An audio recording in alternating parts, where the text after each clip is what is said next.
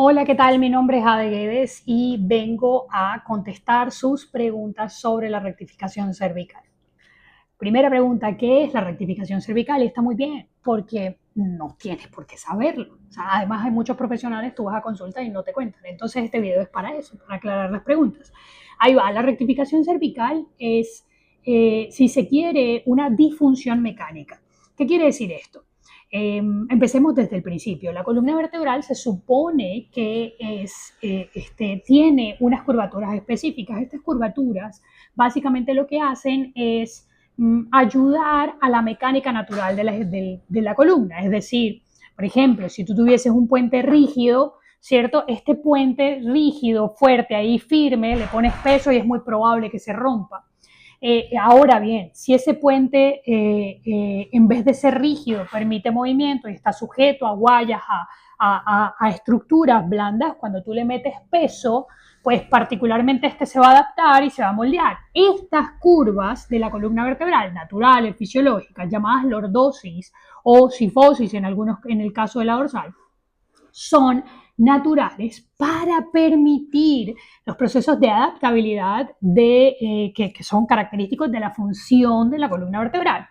Entonces, empecemos porque a nivel cervical la columna tiene una lordosis cervical. ¿Qué quiere decir lordosis cervical? Es que forman como una especie de C, pero en donde la concavidad va hacia posterior, es decir, así como una C hacia atrás. ¿Qué es rectificación? Cuando esa C ya no está, cuando esa C se rectifica, o sea, se pone recta esa curva, básicamente. Eso es una rectificación cervical. Bien, la siguiente pregunta. ¿Esa rectificación produce dolor? Pues la respuesta es simple. No necesariamente. La verdad es que hay mucha gente, muchos pacientes que presentan rectificación cervical y que no tienen sintomatología, no hay clínica. Y en estos casos yo siempre digo lo mismo, no, lo que no duele no lo toques. Sin embargo, la verdad es que estadísticamente hablando, casi todos presentan sintomatología. No quiere decir esto que siempre duela. Pila por ahí. La tercera pregunta. Bueno, preguntan lo mismo. La rectificación cervical puede ser causante de mi dolor de cuello, de hombro. Pues bueno, a ver, si nos vamos a la revisión sistemática, hay numerosos estudios que complementan, o sea, que se han hecho sobre personas sanas que presentan rectificación cervical y al mismo tiempo muchas personas con dolor intenso que mantienen una lordosis cervical. Eso también es cierto. Entonces, la correlación entre la curva y el dolor es bastante débil o quizás la muestra no es suficiente, ¿ok? Algunas revisiones importantes que hay que destacar, Grove en el 2007, Kumagai en el 2014, McBean en el 2005, que encuentran cierta asociación únicamente cuando la lordosis está, digamos, extremadamente reducida o en su defecto en inversión. Ay, Adelis, metiste otro término. ¿Qué es inversión? Inversión es cuando ya no solo está rectificada, sino que está tratando de hacer ahora la C hacia el otro lado, ¿vale? Bien, entonces, en conclusión general, con respecto a estas dos preguntas, pues la forma de la curva cervical por sí sola no le podemos echar la culpa del dolor, pero bueno, hay que prestar atención a todo el tejido blando que cambia estructuralmente en presencia de una modificación del puente. Entonces hay que prestar atención allí. Pila con eso. Aquí, otra pregunta. Bien, entonces, ¿por qué aparece una rectificación, Ade? Bien, a ver, la pérdida de la lordosis cervical suele entenderse como una adaptación del sistema musculoesquelético y puede aparecer por conductas posturales en presencia del dolor agudo, puede aparecer por espasmos musculares, puede aparecer por protección muscular, sobre todo, por ejemplo, cuando el paciente tiene el famoso latigazo cervical porque tuvo un accidente. Bueno, entonces tendríamos que incluir traumatismos dentro de la lista. También puede ser por estrés mantenido o por sobrecarga muscular. Y en este punto es interesante saber que muchas veces es consecuencia y no causa del problema. Y yo lo vivo a diario con mis pacientes de disfunción temporomandibular. Una disfunción temporomandibular puede básicamente causar la rectificación muscular de cervical. ¿Por qué? Porque los músculos se van a tener que adaptar a esa sobrecarga mecánica. ¿Ok? Siguiente pregunta, nos vamos con la siguiente. Dice, ¿puede recuperarse la lordosis cervical? Sí, sí puede usted revertir esa rectificación y hacer o reinstaurar esa curva fisiológica a nivel cervical. Existen estudios donde, uno, desaparece el dolor asociado a, dos, mejora la movilidad y tres, reaparece en pacientes la lordosis. De hecho, nosotros en Clínicas THH, usted se va ahorita mismo a Instagram, le pincha allí y coloca Clínicas THH y usted baja en nuestro perfil y va a encontrar radiografías, rayos X de antes y después de una paciente, de varios pacientes, en donde claramente hemos revertido la curva cervical. Pero ¿cómo lo logramos? Y aquí viene el cuento, ¿no? Obviamente la postura cambia cuando uno mejora el estado funcional del cuerpo, pero tienes que apagar los disruptores. Me estás hablando en inglés, ¿qué son disruptores? Bien, te hablo en español. Disruptores son factores que van a perpetuar el problema, entre ellos una disfunción temporomandibular. Y esto lo digo yo claramente, ¿por qué? Porque he visto a colegas fisios trabajar con pacientes 30, 40, 50, 60 sesiones sin lograr este cambio fisiológico estructural en la columna. Y es que no va a pasar. No va a pasar porque uno de los disruptores más grandes del tren superior es el sistema masticatorio. Sí, es la compresión mandibular, es el bruxismo, es el apretamiento, es la tensión muscular asociada a ese apretamiento, ese bruxismo. Entonces hay que prestar atención porque es posible, sí, se puede recuperar la lordosis cervical, pero tienes que apagar todos los disruptores, o sea, tienes que buscar una armonía en cuanto al tejido conectivo se trata. Muy bien.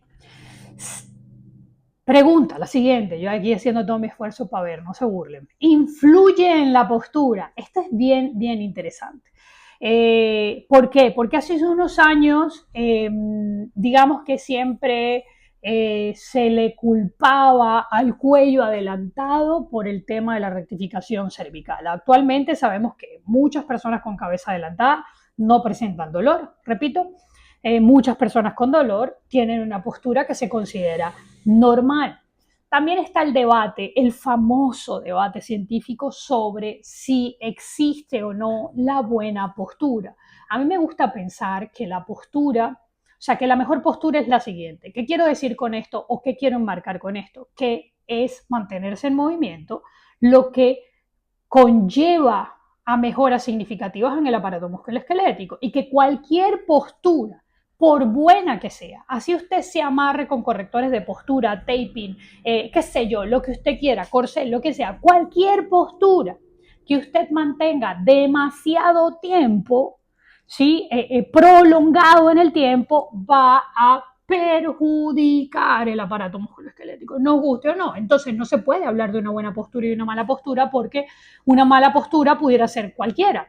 Usted trabajando en el computador, todo el día de pie o sentado simplemente viendo televisión. ¿Sí? Entonces, primero partamos de ese punto.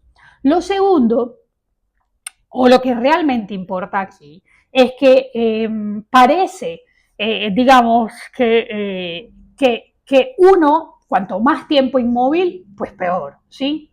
Dos, la capacidad de variar las posturas realmente es lo importante. Tres, cuánta resistencia muscular haya. Cuatro, cuánta actividad física haya. Cinco, cómo descansa el paciente, cómo se alimenta el paciente y también cuál es la percepción al estrés. Allá de no me digas eso. Pues sí, la postura mantenida es peor que una postura incorrecta realmente. Repito, pero también hay muchos factores o disruptores, vamos a llamarlos así, que tenemos que tomar en cuenta. Entonces, sí, obviamente va a influir en la postura su rectificación cervical. Con el paso del tiempo se van a dar episodios adaptativos en los hombros, episodios adaptativos, por supuesto, en la columna dorsal y lumbar, porque es una sola, ¿sabes? No es que usted las despegue o trabajen no sé, sin asociarse, no, trabajan en conjunto. Entonces, sí, básicamente una rectificación cervical pudiera, y lo dejo así, lo dejo abierto, influir significativamente en la postura del paciente. Aquí hay otra pregunta. ¿Existe relación con las cefaleas? Cefaleas, en español, dolores de cabeza. Y sí. La verdad es que hay bastante evidencia sobre la rectificación y las cefaleas. Es decir, a ver, podemos decir que la rectificación en sí no produce la cefalea, pero existen relaciones entre la disfunción cervical y el dolor, que la disminución de la movilidad cervical alta específicamente, C0, C1, C2, como llamamos nosotros el complejo articular supremo, de la musculatura suboccipital y por supuesto de la sensibilización central. Entonces, las cefaleas cervicogénicas, la migraña, la cefalea tensional, nosotros la asociamos, por supuesto, con esos cambios estructurales de la rectificación porque terminan generando un mayor trabajo muscular a nivel de este grupo supremo, en donde tiene que haber una especie de control, o sea, de mayor tensión, de mayor estabilización. O sea, es como que si, no sé, como que si sus músculos pensaran que su cabeza se va a caer. Entonces tienen que aumentar la tensión como para controlarlo. Bien, esta pregunta es bastante común. ¿Existe una relación entre la rectificación cervical y la disfunción de la articulación temporomandibular? Pues aquí la literatura es bastante interesante y hay que prestar atención porque la rectificación cervical puede estar relacionada a la disfunción temporomandibular y viceversa, es decir, hay un canal allí bidireccional de fuerzas en donde nosotros podemos de alguna u otra manera vincularlo. Pero o sea, no podemos echarle la culpa a una a la otra, tampoco podemos saber qué fue primero si el huevo o la gallina, pero lo que sí entendemos es que existe una relación funcional y neurofisiológica muy sólida y basada en evidencia. ¿Sí? Hablamos de que esa disfunción temporomandibular generalmente es la complicación de la movilidad articular y que esto va a generar, repito, adaptaciones mecánicas. Esas adaptaciones mecánicas se dan por cambios, no tanto los cambios estructurales, esa fue la primera causa, sino más bien cambios adaptativos musculares y esto pudiera entonces relacionar ambas patologías. Para mí en mi práctica profesional y para nosotros en las clínicas THH, pues no te consigues una sin la otra, simple. Es muy raro conseguir una sin la otra, sobre todo cuando hay una disfunción temporomandibular, que fue la que más estudiamos nosotros en la clínica, o la que más hemos dedicado más de 7 años a su estudio, con la clase 2 profunda, y es que estos dientes superiores pues arropan los inferiores, como para que entiendan un poco. Cuando las personas tienen esa clase 2 profunda es mucho más fácil entender la aparición de la rectificación cervical y las complicaciones de ambas cosas, pero repito, de relacionar ambas cosas. Hay evidencia científica para entender entonces el tema de, aquí preguntan, pero realmente hay evidencia científica sobre entender las disfunciones temporomandibulares y la postura o entender las disfunciones temporomandibulares y la rectificación, y la verdad es que sí. Que tengan fallos en temas de muestra, que tengan fallos en temas de veracidad de datos, también, pero ojo que hay muchísima, pero muchísima gente, muchísimos científicos hablando de esto. ¿Qué músculos pudieran estar afectos? O sea, ¿en qué músculos pudieran estar, en qué músculos pudiera estar afectos si tengo rectificación cervical? Wow, mira, Aquí estamos hablando de todo el tren superior para empezar, porque si nos vamos a la nomenclatura de los circuitos de continuidad de musculares o lo que ustedes conocen como cadenas musculares, pues bueno, podría llegar hasta el pie. Pero nos vamos a esto, puedes entender esternocleidomastoideo como uno de ellos, trapecio superior, escalenos, que son los músculos laterales, suprayoideos del hueso ioides hacia arriba, infrayoideos por supuesto, maceteros y temporal, que tienen una conexión interesante a nivel vectorial, fuerza, pterigoideos, es decir, toda la musculatura cervical, mandibular y por supuesto del tren superior. Hay un esquema que a mí me encanta explicar que se llama esquema de Brody. El esquema de Brody relaciona la conducta tensional sobre el cráneo, el peso del cráneo, la columna cervical y la mandíbula y el hueso ioides, pero también lo relaciona con una base. Y es que esta es la base del edificio, los hombros. Ni hablar de la columna dorsal, repito, y lumbar, no me quiero meter para allá porque sería muy largo el video.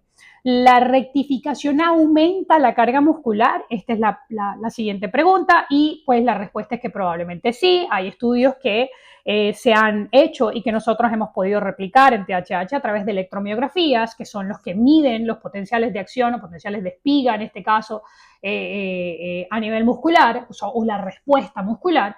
Y esta electromiografía muestra que hay que una disminución de la lordosis cervical puede aumentar la actividad muscular, ¿ok? Exactamente de músculos como el trapecio superior, músculos como los extensores cervicales, los de la parte posterior, y muy específicamente los suboccipitales, que son los que se encuentran allí debajo del hueso occipital, o sea, apenas termina el cráneo allí como aguantando el cráneo, los repito, los que hacen que la cabeza no se vaya para adelante.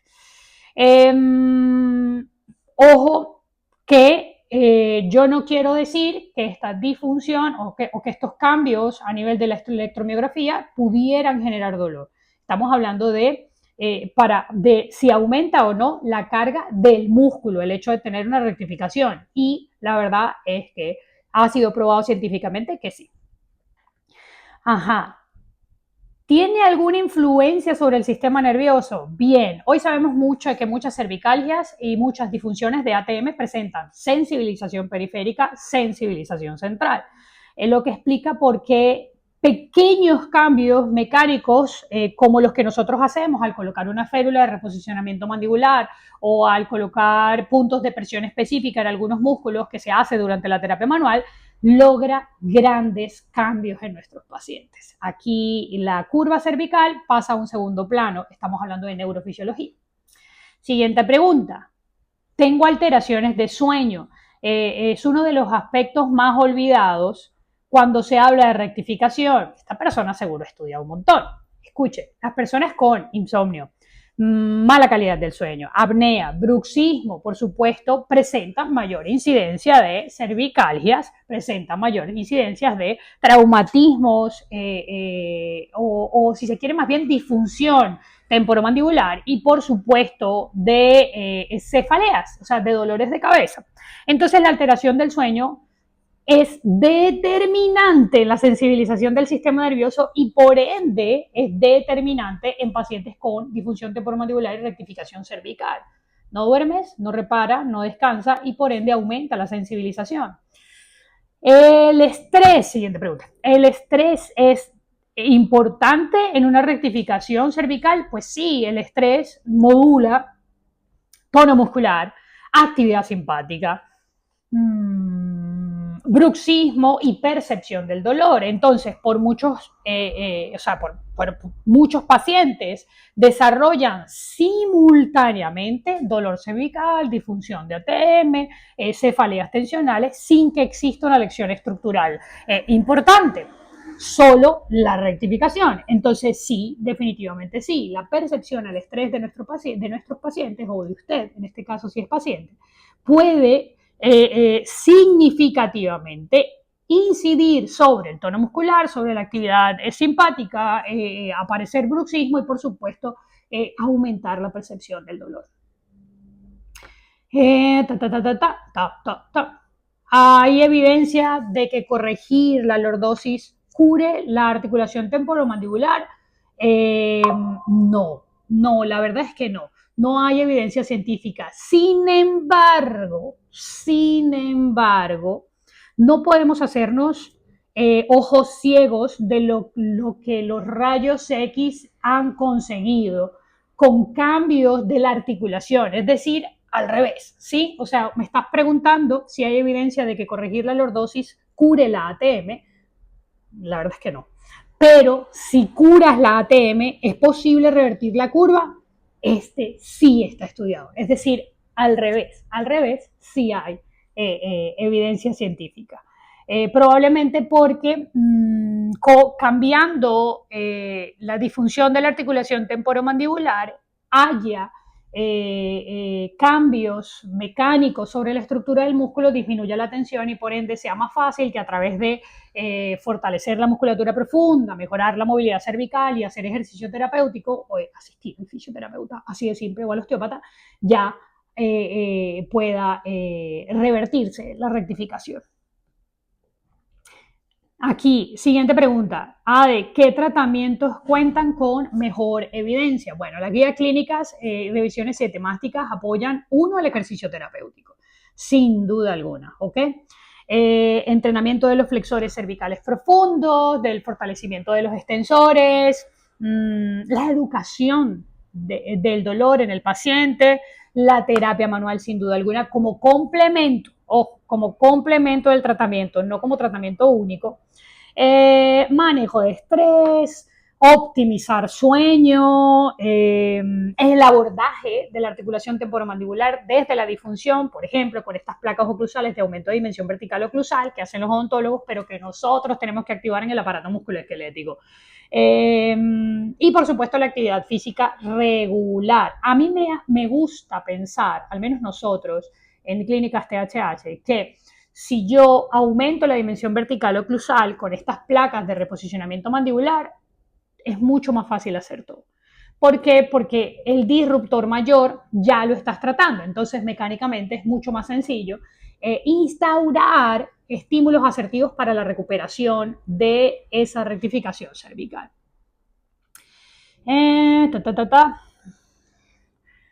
¿Puedes hablar sobre estudios claves para profundizar y estudiar específicamente de PubMed? Bien, a ver, yo acá tengo algunos,